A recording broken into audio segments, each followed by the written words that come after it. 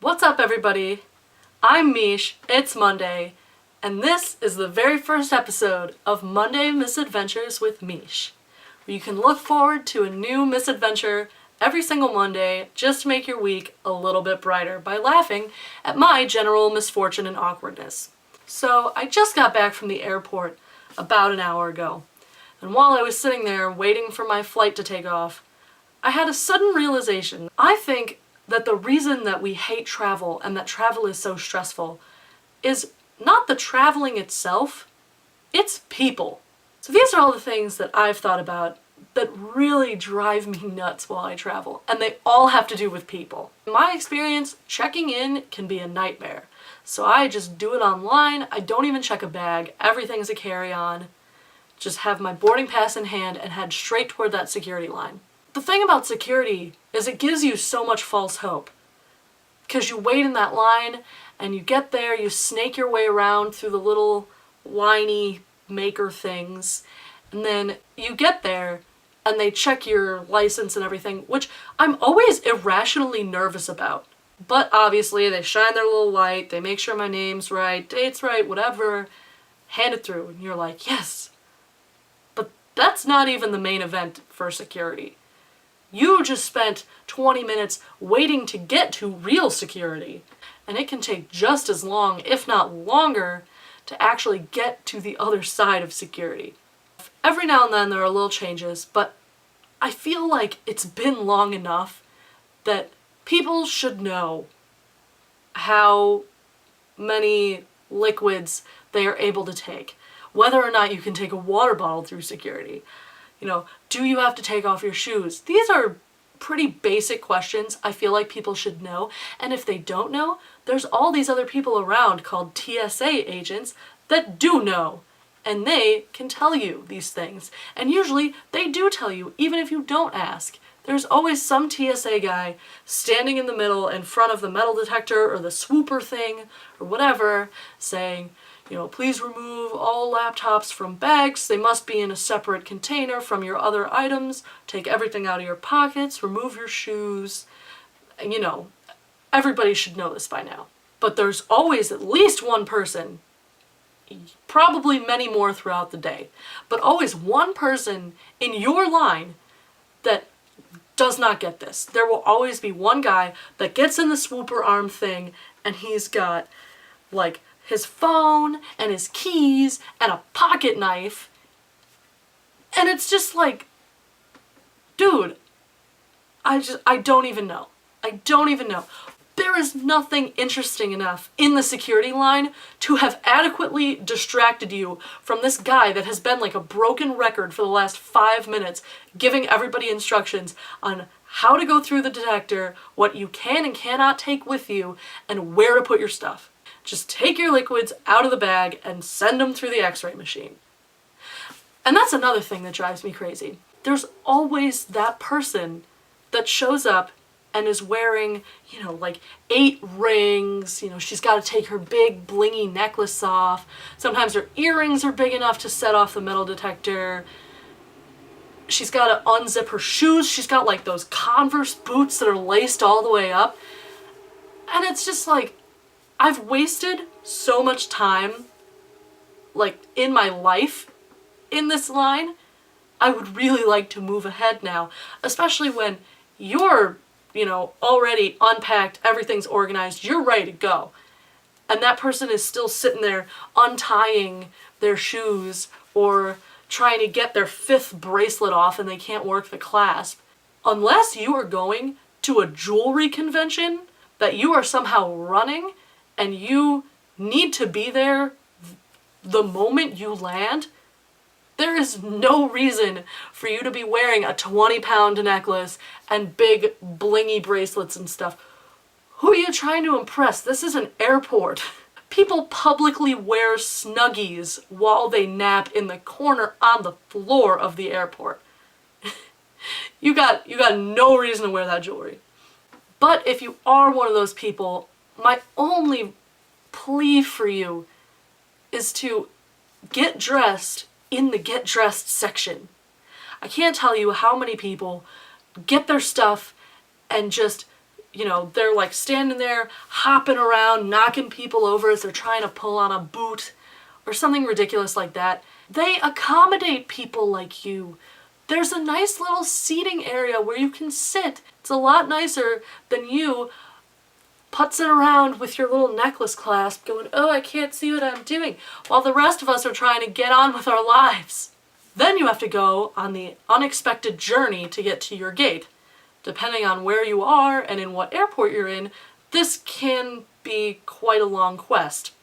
But no matter what airport you're in, these people always show up. And they're the people that do not use the moving walkway properly. And I say properly because I believe that on a moving walkway, you walk. But it's a free country. If you want to stand on the moving walkway and go slower than the people that are walking next to you, not on the moving walkway, that is totally your decision. But I don't want it to be mine. So please just scoot a little bit over to the right so that I have enough room with me and my bulky backpack to get through, because I want to get to the gate and settle down and buy a lemonade and a $9 bag of Chex Mix. But the people that are almost as bad, if not worse, depending on the situation, as the people who stand on the moving walkway are the people who sprint on the moving walkway. If you're late for your flight, I get it. I would not want to miss my flight either. Please sprint past me and shout a vague apology over your shoulder. That's fine. But when I see you run and I see you get to your gate and it's 10:30 and you don't depart until 11:45, you need to calm the hell down. I am all for getting there early, but when you're just shoving people out of your way and jostling, or even if you're doing that obnoxious power walk to get places, at least say, excuse me, unless you're having a race with the Flash, or you're missing your flight, it's leaving right now, or you're in the middle of an Olympic 4x4 and you need to pass the baton so that the US can take gold, then go for it. Other than that, no. Calm down.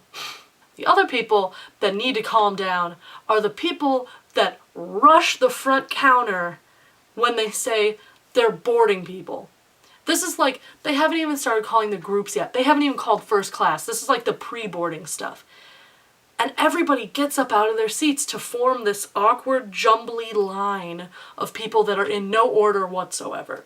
If you are in group 4 or 5 and you don't want to gate check your bag and you want to try to get in while there's some overhead space on a full flight, that's reasonable.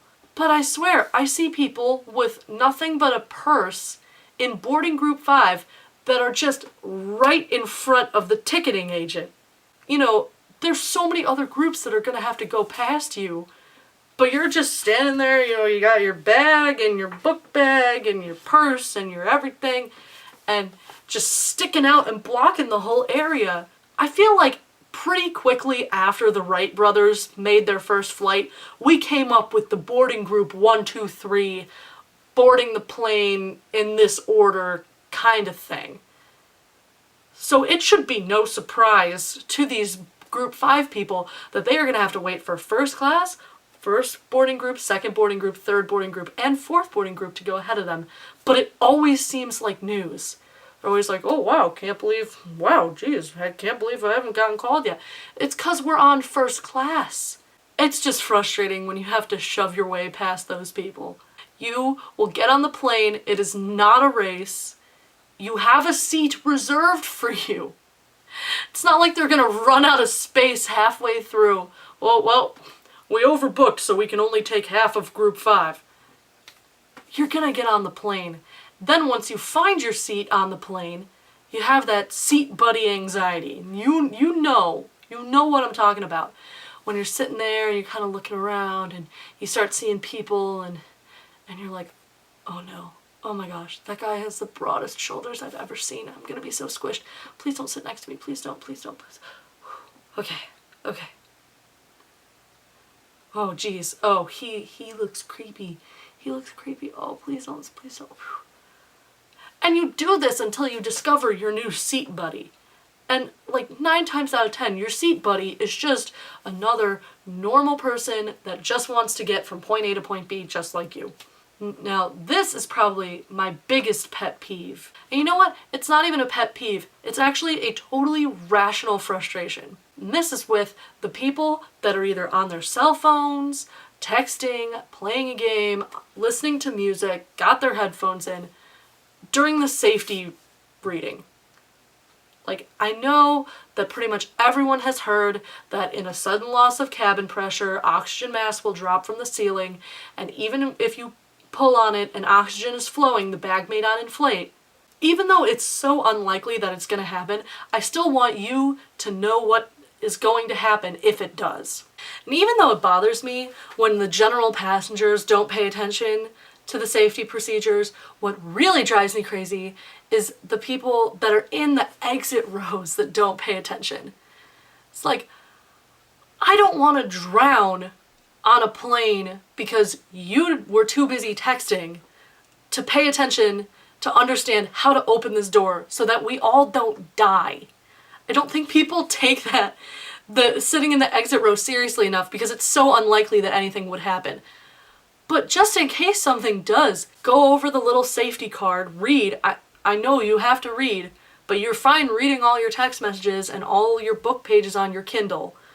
So just read it over, know what's up, and so when a flight attendant yells at you, hey, open the safety hatch so that we don't all burn to death, or something horrible like that you weren't too busy texting to understand how to open that door.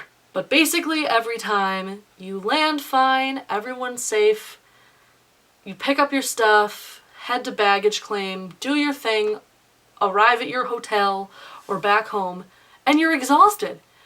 And it's not because you're tired from, walking from the parking garage to the airport, walking the airport to get to the plane, and then riding a plane.